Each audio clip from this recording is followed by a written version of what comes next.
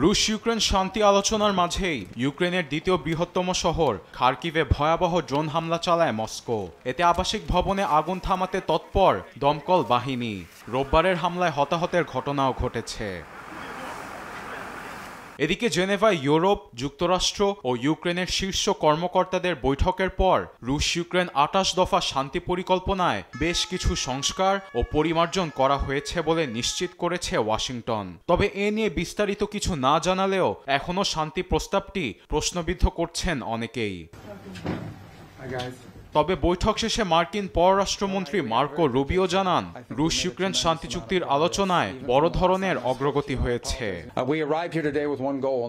বৈঠকটি গঠনমূলক এবং ফলপ্রসূ হয়েছে। দুপক্ষের যুদ্ধ সমাধানে এই আলোচনা এখন পর্যন্ত সবচেয়ে বড় ভূমিকা রেখেছে। চুক্তির কিছু কিছু ধারা নিয়ে কাজ বাকি থাকলেও আলোচনায় আমরা যা অর্জন করেছি সেটি যথেষ্ট গুরুত্বপূর্ণ।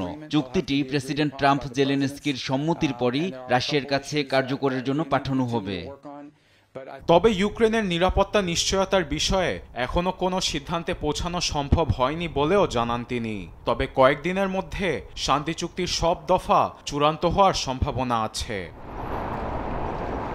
জেনেভা আলোচনার আগে ডোনাল্ড ট্রাম্প জেলেনস্কিকে অকৃতজ্ঞ বলার পর মার্কিন প্রেসিডেন্টের প্রতি কৃতজ্ঞতা জানান জেলেনস্কি।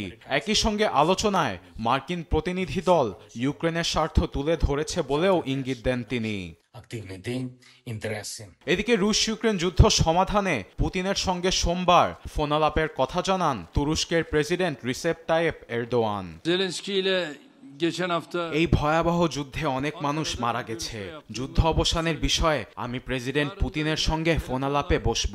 কথোপকথনের পর প্রেসিডেন্ট ট্রাম্প ও ইউরোপীয়দের ফলাফল সম্পর্কে অবগত করা যাবে। এ পরিস্থিতিতে রুশ ইউক্রেন যুদ্ধের সমাধান খুব শীঘ্রই আসছে বলে আশাবাদী অনেকেই।